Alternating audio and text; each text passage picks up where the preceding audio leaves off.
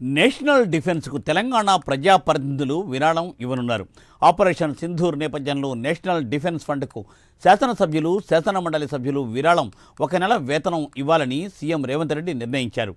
Deputy CM Bhatti విక్రమార్కతో CM ఈ అంశంపై చర్చించారు. కాంగ్రెస్ పార్టీ ఎమ్మెల్యేలు, ఎమ్మెల్సీలతో చర్చించి 1 నెల వేతనం విరాళంగా ఇవ్వనున్నారు.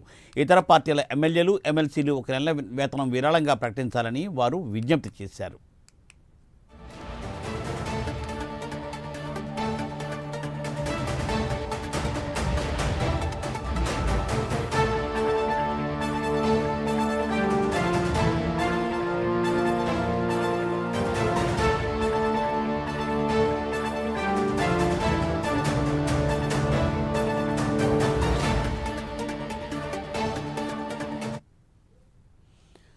తెలంగాణలో ఆల్రెడీ పార్టీల ఎమ్మెల్యేలు, ఎమ్మెల్సీలు 1 నెల వేతనాన్ని ఆపరేషన్ సింధూర్ నేపథ్యంలో కేంద్ర ప్రభుత్వానికి విరాళంగా ఇవ్వనున్నారు.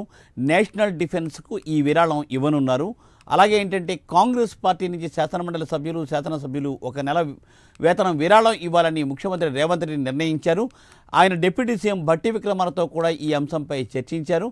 అలాగే మిగిలిన శాసనసభ్యులకు కూడా 1 నెల వేతనం తప్పనిసరిగా ఇవ్వడం అనేది సమంజసమని చెప్పి ఆయన విజ్ఞప్తి చేస్తూ ఉన్నారు. దీనిపై మరింత సమాచారాన్ని మా ఇన్పుట్ ఎడిటర్ రాజేందర్ అందిస్తారు. రాజేందర్, చెప్పండి. ఏదైతే ఆపరేషన్ సింధూర్ జరుగుతుందో ఇక్కడ భారత్ పాక్ 2 దేశాల మధ్య ఉద్రిక్తత పెరుగుతున్న దాడులు కూడా తీవ్రమైన నేపథ్యంలో ఏదైతే పాకిస్తాన్ వేసే కుటిల యత్నాలకు ధీటుగా భారత సైన్యం జవాబు ఇస్తుంది. ఈ నేపథ్యంలో తెలంగాణ ప్రభుత్వం కూడా మరొక కీలక అడుగుగా ముందుకేసినట్టు మనం చెప్పవచ్చు. ప్రధానంగా ఇలాంటి విపత్కర పరిస్థితుల్లో దేశం కోసం మనం కూడా తమ వంతు విరాళం ప్రకటించాలనే నేపథ్యంలో ముఖ్యమంత్రి రేవంత్ రెడ్డి ఇవాళ ఒక కీలకమైన నిర్ణయం తీసుకున్నారు.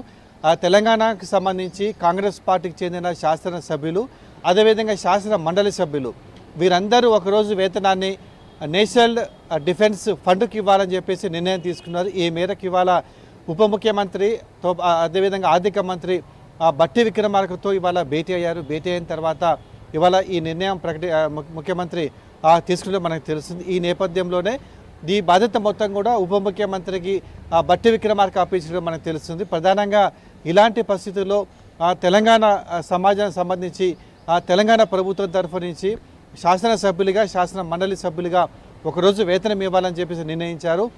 ఇదే అంశం మీద భట్టి విక్రమార్కతో ముఖ్యమంత్రి చర్చించారు. ఈ బాధ్యత మొత్తం కూడా భట్టి విక్రమార్కకే ముఖ్యమంత్రి అప్పగించారు.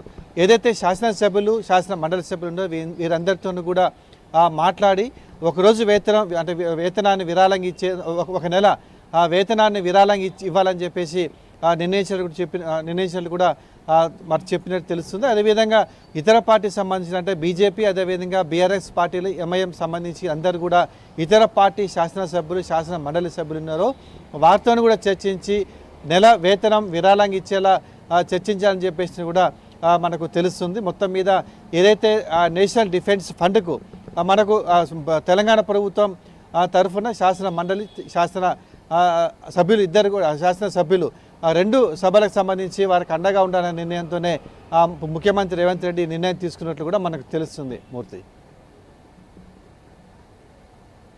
తెలంగాణ రాష్ట్ర ప్రభుత్వం చాలా సముచిత నిర్ణయం తీసుకుందని చెప్పవచ్చు.